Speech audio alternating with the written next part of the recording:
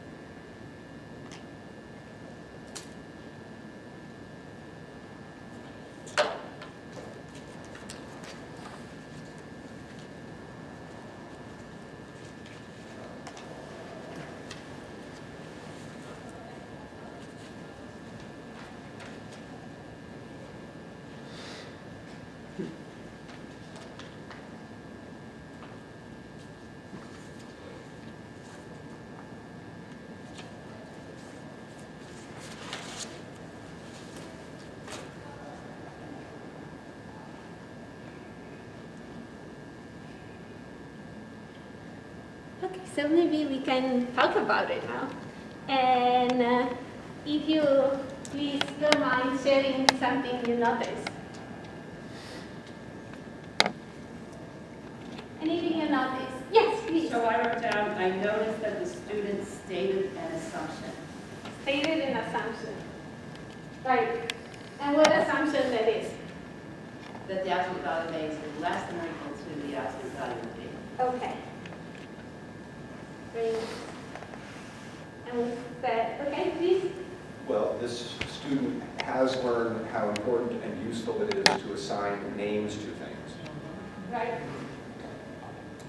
It's often a stumbling block, I suppose.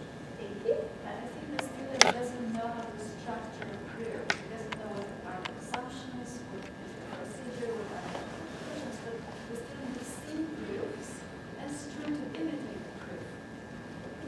Very nice. Thank you. And then notices? Yes. It looks like the student proved the converse of the statement, Okay.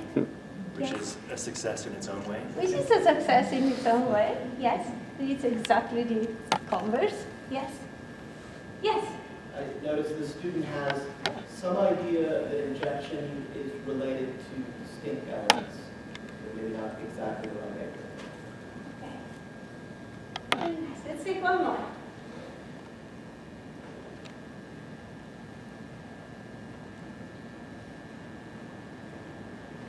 Yes. This is maybe related to the same part in the little box to the end, but I read it differently and thought, oh, the student is being precise and showing that they really know what cardinality in a set means. Yes. That some of this isn't repeated. Very nice. I was also impressed by also the labeling of the elements of the set and all of that stuff. Okay, wonderful. So I was expecting a smaller room. I would have asked you to just put up your post-it on the wall on two sides, one highlighting the deficits, one highlighting the strengths. But I think this was a wonderful discussion, and I'm very pleased with how many strengths were actually brought up. I really like your compassionate language in talking about a proof, which was actually, as you said, the converse, right? Students prove the converse. Okay, so this whole talk is about how we can be a little bit more intentional about noticing strengths in students and almost train ourselves to see more strengths. And this is the emphasis of this project on noticing in mathematics for student success. And so teacher noticing is a construct that is used a lot in K-12 education, but not as much in college level math. So what our team is trying to do is bring teacher noticing to more advanced math and create a video-based curriculum that can be used to train instructional teams, faculty, graduate student, undergraduate learning assistants, and so on. Okay, so I should say that when we talk about teacher noticing, we really think about noticing a little bit more broadly, not just student thinking, but also everything else that is going on in the classroom, like interaction, patterns of engagement, who's engaged, who's disengaged, who's holding the mathematical authority, and who looks happy, and all these kind of things. Okay, so here is a formal definition of noticing: the process of constantly attending to and making sense of student mathematical thinking and of the interactions that unfold in the classroom, while also using that information to both learn and inform next steps in teaching. And the research on noticing distinguishes three important phases. There is the attending, interpreting, and responding. So let me tell you a little bit more about each phase. And this is the AR framework: attending, interpreting, responding. Okay, so attending is really about perceiving the events that are happening in the classroom. And even there, you have to decide what to pay attention to, because there are so many things happening simultaneously. So this is also influenced by what's important to you. And you may be asking questions like, paying attention to things like, what did that particular student say? Or why is that other student disengaged? And interpreting is about interpreting those things that you noticed, that you attended to, so making sense of the objects of your attention. And this is when you may start thinking, okay, you heard the student say something, you may start interpreting what is the student understanding about that, or why is that, you saw a student that is engaged, why is the student not participating? Perhaps is lost or something, right? And then responding is the part in which you decide what to do next. You have this information, you attended some things, you interpreted, then what do you do after? And so these are the teacher moves. Things like, okay, maybe I decided I explained the concept again, or I will slow down. And so this framework is very powerful because it breaks down the noticing in three different parts that are all simple in its own in a way, right? We can handle each of them separately, but it's limited. because it's hiding the fundamental ways in which noticing is shaped by social, cultural, and political processes. And it's actually important to notice that the whole process of noticing is influenced by our own history as identity. So I'm, as a teacher, I have my own history and identity, which influences my notice, and is also influenced by culturally dominant narratives. So Louis is adding one component to the framework, which is this, what he calls framing. And it's this dynamic act of constructing frames. So frames are actually a reflection of our deeply ingrained socio-political beliefs and ideology, and these frames act as filters because they really influence every phase of the noticing process, right? So, and then Louis goes further and takes this noticing and embeds it into culturally dominant frames, because those also influence every aspect of the noticing. And so the issue here is that the cultural dominant frames are often phrased in deficit ways. So often math is seen as a universal, objective, fixed body of knowledge, and if you have this view of math, then the students become the receiver who have to absorb this knowledge, and the interactions among students then are distracting, right? And so if you have this, if the cultural dominant frames are like this, then this impacts how we attend, interpret, and respond.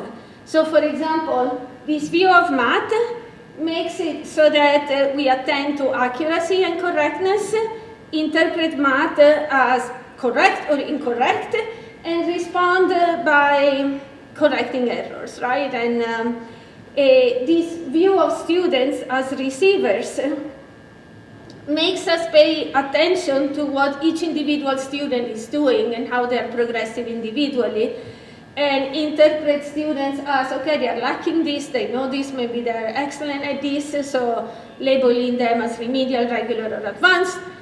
And this view of interactions among students as distracting implies that when we attend to student thinking and student behavior in the classroom, we look at each student individually. Again, maybe interpret interactions are not necessary and discouraging collaboration. And so what Louis and others are proposing is this new act of knowledge, reimagining noticing, so that it's what they call the anti-deficit noticing, which is a process that deliberately challenges the deficit discourses. So we are intentionally about noticing things and putting all the biases and the deficits views in a way. So let me share with you what then this anti-deficit noticing looks like. The frames change. So mathematics is seen as creative exploration of ideas. Students are human beings that have many resources and a lot of potential, and interactions among students are necessary for learning. And so these big frames then change what we notice and how we notice. So viewing math as a creative exploration of ideas means that now we are going to attend to the diverse ways students are making sense of math, what they are trying, what they are exploring, right? So not just correct or incorrect, any form of exploration becomes valuable. We interpret as student work as a good resource and respond by giving students try to explore or play, like all the previous talks have referred to. And if we think of students as human beings with many resources, then we attend to their thinking and to the whole personality of the students and how they're engaging and participating with other people in the classroom. We think of students as resources and we encourage collaboration. Okay, and we think of the interaction, we look at the interaction among the students, how they bond with their students, and interpret these connections as very important resources for learning, and we give them space to collaborate and explore together. Okay, so let's get to another noticing task. And again, I want to give you a little bit of time to think about this. So this is a proof theory class. They are given a family of sets. They're the intervals from 0 to 1 over n. They're open on both sides. And the students have to show that the intersection is empty, right? And we don't give the picture to the students, but hopefully they will draw it and kind of see that this is a nested family and it shrinks, right? Because it's open on both sides, the intersection will be empty. Good. Okay, let's think about this task. This time, what I would like to give you is show you a video. Actually, I play a video twice. And I do have some transcripts. Maybe not enough, but I should have made more copies. Also look at the transcripts. I will look at the video.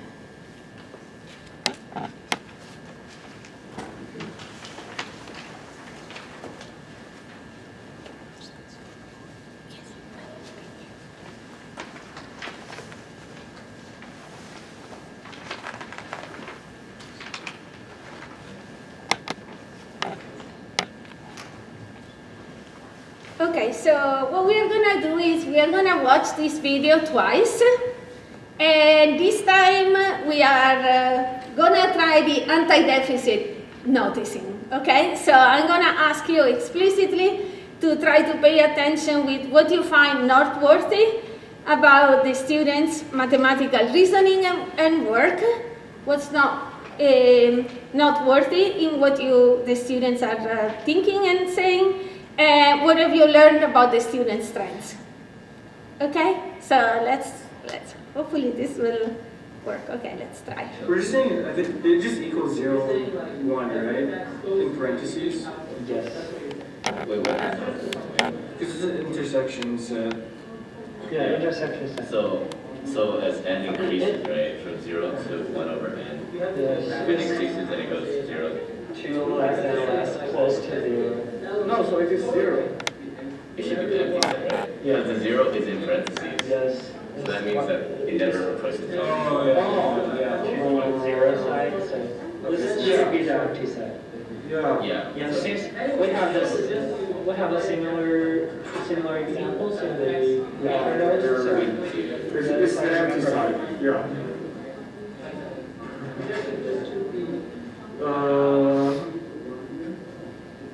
Yeah, I think the professor should show in class.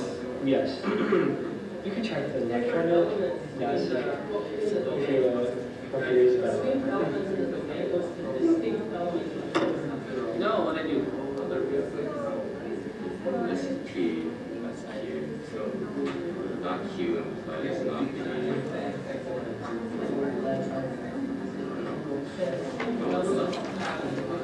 Oh, they did contradiction. Not P and not Q. It's the opposite of this. I don't think it's controversial. I think you do contradiction. Yeah, even then though, I don't know how to negate Q. What is Q? It should be the intersection crap. Right? If you make it to union, where I don't know. Ask Q.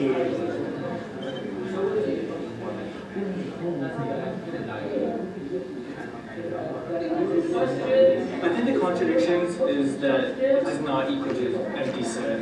Yes. And you aren't changing the actual thing itself, it's no longer equal to empty set. Yeah. We assume that this is not an empty set. So there exists an element In this set. in this set. So we prove it. At the end, we don't have any set. Yeah. We don't have any element in the set. We always have an element which is smaller than the set Yes, of the yes. set value of the element.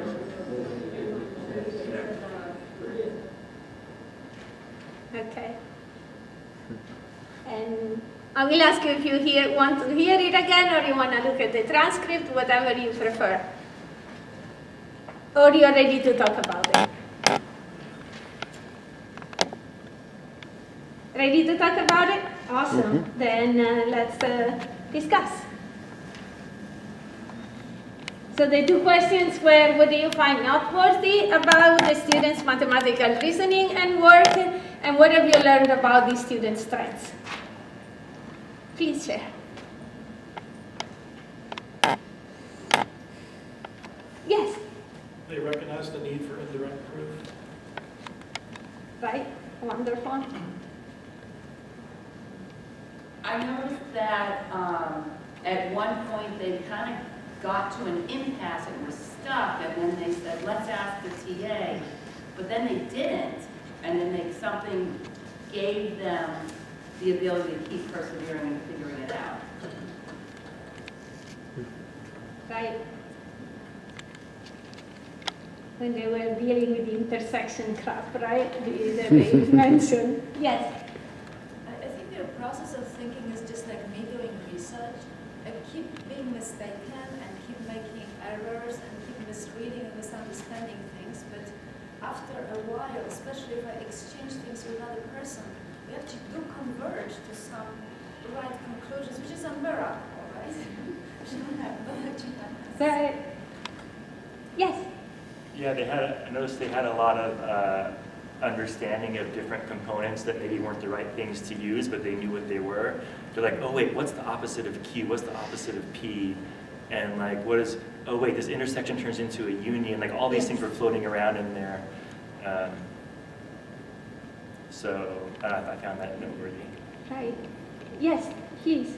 I thought they did a really good job talking to each other. Like everyone was involved, and when they were confused about P and Q, they stopped and said, wait, what is Q? And then discussed that before they decided to negate it. And then they realized this is what we need to do. Please. Yeah, I think kind of like on that second comment, there's a tendency in students to think of mathematics as like manipulating symbols, and they were moving beyond thinking of these as symbols and thinking about what the symbols actually meant, and like thinking about concepts, and using their conversation between each other to like expand out those concepts. Wonderful. And I also notice how they tend to recur to grasp on things, bits that they know, right? They know the union will turn into the intersection when they take the complement, or they know the not P implies no Q, or they know certain things, right? And they try to grasp them and put together, they grab everything they have, right?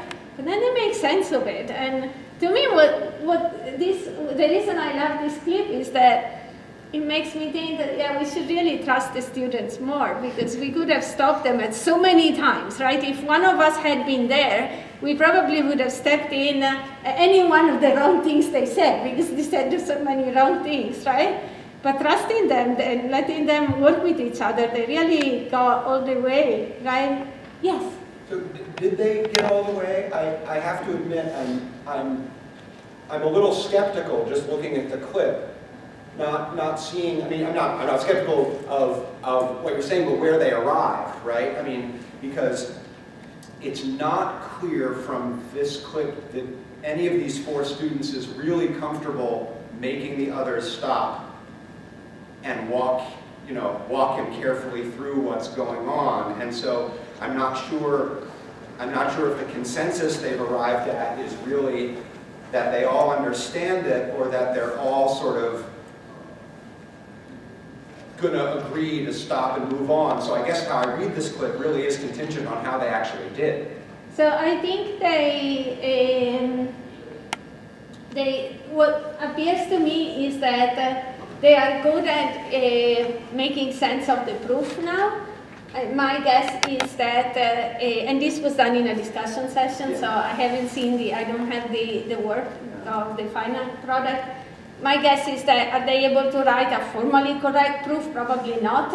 But compared to where they started, the sense making, they did really progress a lot. I don't think they got to a nice formally phrase proof, but they're making definitely a lot of progress in understanding and making sense. Okay, so if we use this anti-dominant noticing now as a framework, then the way we approach noticing will change substantially. So if we think of math as a tool for developing logical thinking, now we are going to start attending to the various explorations and paths that the students can take in proving a statement. So now I would like to focus it like what anti-dominant noticing means in proof theory. Okay, so attending to the roads, to the various paths, and this is what the previous speaker was talking about, right? Not just the path to the summit, but even the wrong starts, right?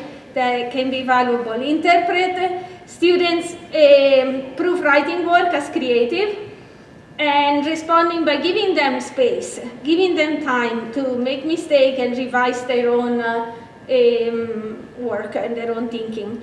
Thinking of students as creative, and it's going to let them explore, interpret, and the questions they ask as a sign of interest and evidence that they're actually engaged in thinking, and responding, giving them time to explore. And interaction among students, I think, are really powerful in proof theory, and attending to the way students present themselves and their ideas to other students and how they build upon each other's insights. Interpret differences among students as a really strong resource. And actually, when we investigate collaboration in proof theory, what it's particularly valuable, students say, I need to look, there are so many ways of finding a proof that actually comparing different approaches is what helps me, right? Understanding finally which approach is better than others. So it's really very important to respond by encouraging students to creating opportunity for collaborating and creating an environment where people feel confident and safe to do so. Okay, and I will just close with a couple of quotes from the people in the project. Practicing noticing can help us slow down when teaching and pay more attention to what students are saying or feeling so that we can respond accordingly. This can lead to more effective instruction and can help students learn better. And then the second quote talks about the intentionality of doing anti-deficit noticing. We should be mindful of our own biases about how students engage with mathematics and consciously resist deficit views in our noticing practices so we can counter the deficit discourses in cultural dominant frames. Okay, that's it. Thank you.